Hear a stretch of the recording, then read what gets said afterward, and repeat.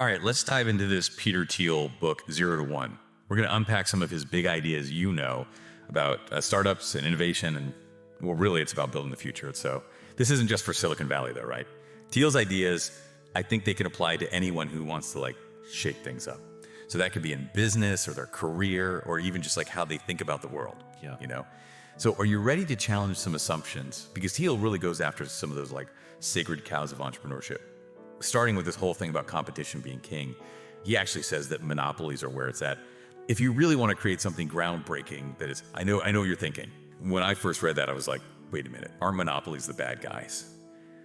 But Thiel makes a really interesting case for it. What do you think? Well, it's funny because Thiel, he lived through the dot-com boom and bust. And he came out of it really skeptical of what he calls horizontal progress, which is basically just copying what everyone else is doing and trying to do it bigger. He's all about going from 0 to 1, creating something totally new. And he thinks that monopolies, as much as people demonize them, they can actually be the key to that kind of radical innovation. Okay, yeah, I can see that in theory. Yeah. But how does that actually work in the real world? Well, think about it. When a company has a real monopoly, they're not just laser focused on surviving the competition.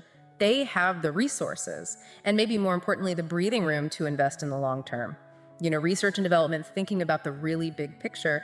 They're not just trying to stay afloat. They're trying to invent the future. That's a good point. It's like when you're constantly looking over your shoulder what everyone else is doing, you get stuck just trying to keep up. You never really have the chance to pull ahead. Exactly. And Thiel says that's exactly what happened during the dot-com bubble. Everyone was so busy trying to be the next big thing that they forgot to ask themselves, are we actually building something new here? Or are we just repackaging the same old ideas? So it's not just about being bigger. It's about being different.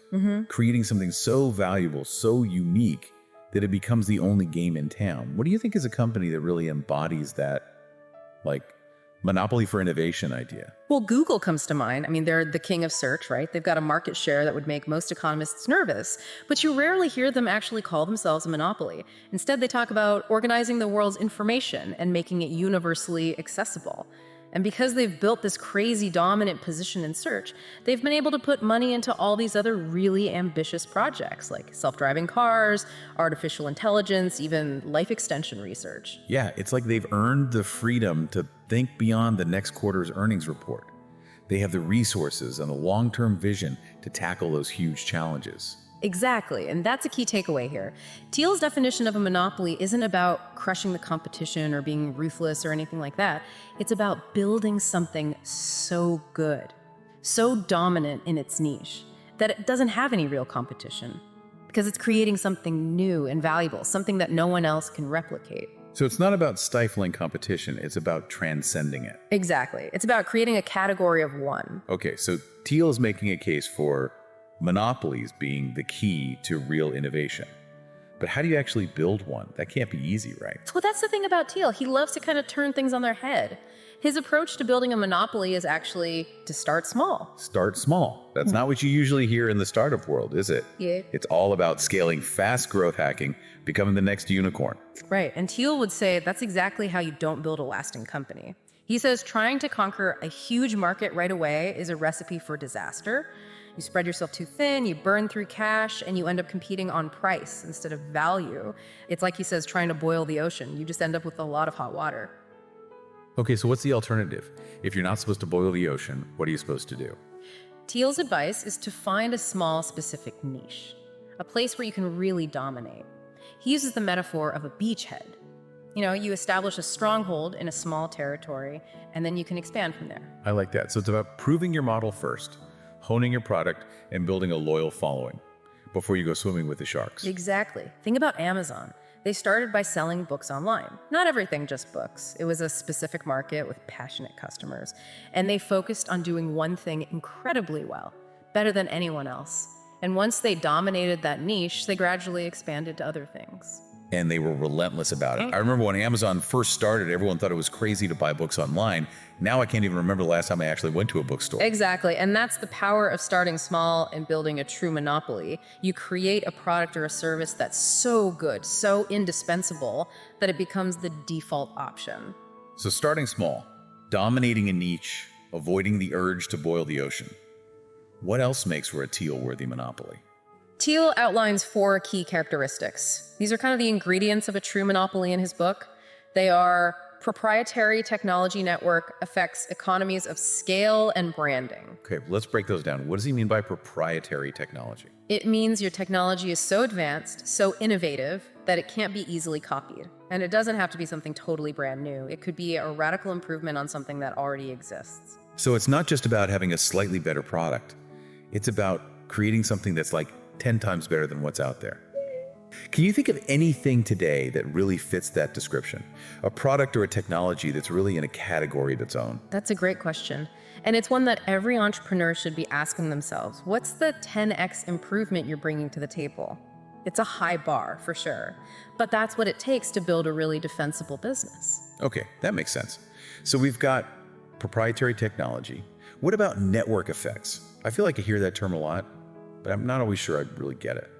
Yeah, network effects are interesting. It's the idea that a product becomes more valuable as more people use it. Yeah. So think about a social network like Facebook or Instagram.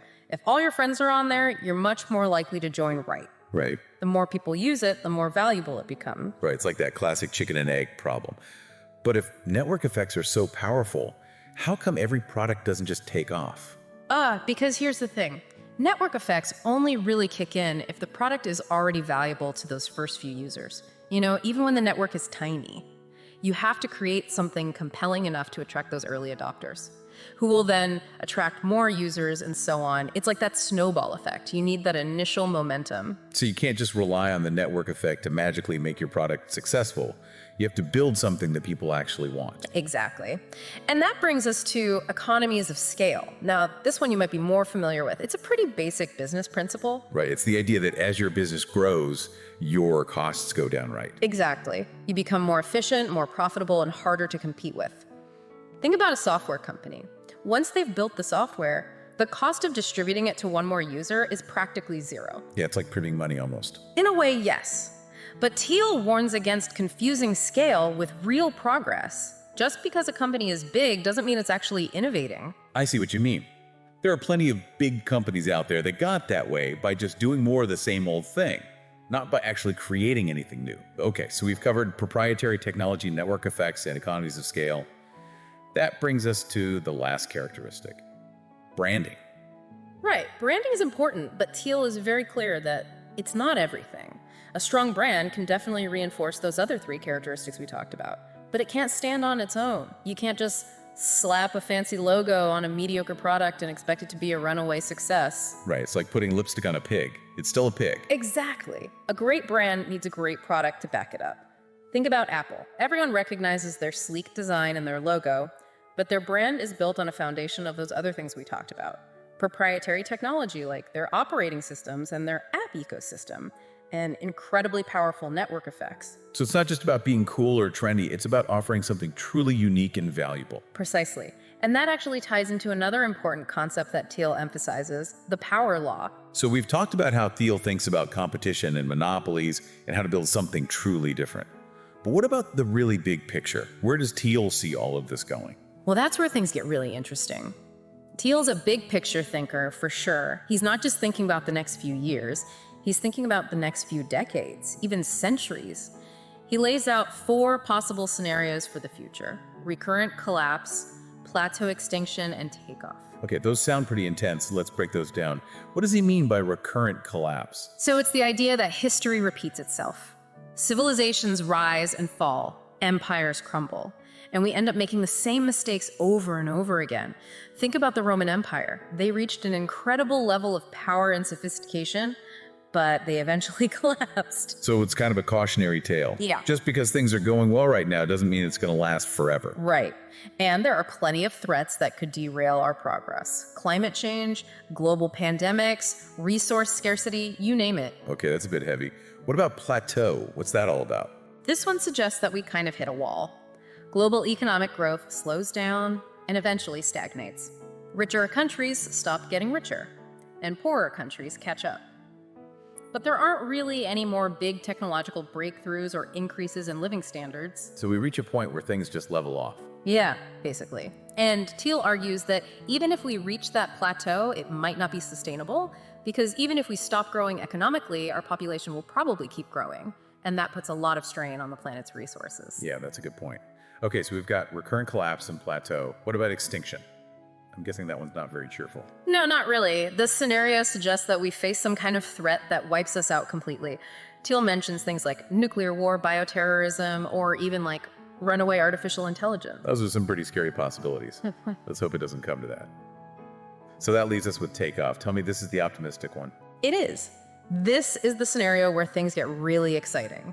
Takeoff is the idea that we're on the verge of a technological revolution, something that will completely transform human civilization. Okay, now you're talking. Give me some examples. What kind of revolution we're talking about here? Well, think about things like artificial intelligence that surpasses human intelligence, or space exploration and colonization on a massive scale, or even radical life extension that lets us live for hundreds of years. Wow, so it's not just about making things a little bit better, it's about making a giant leap forward. Exactly. Thiel believes this takeoff scenario is possible, but it's not inevitable. He says we need to actively work towards it, embrace what he calls a definite optimistic mindset, and focus on building the things that will push us forward.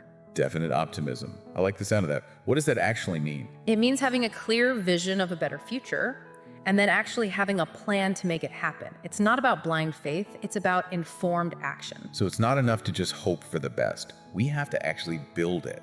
Exactly. And Thiel believes that entrepreneurs will be the ones to lead the way, with their willingness to take risks and challenge the status quo.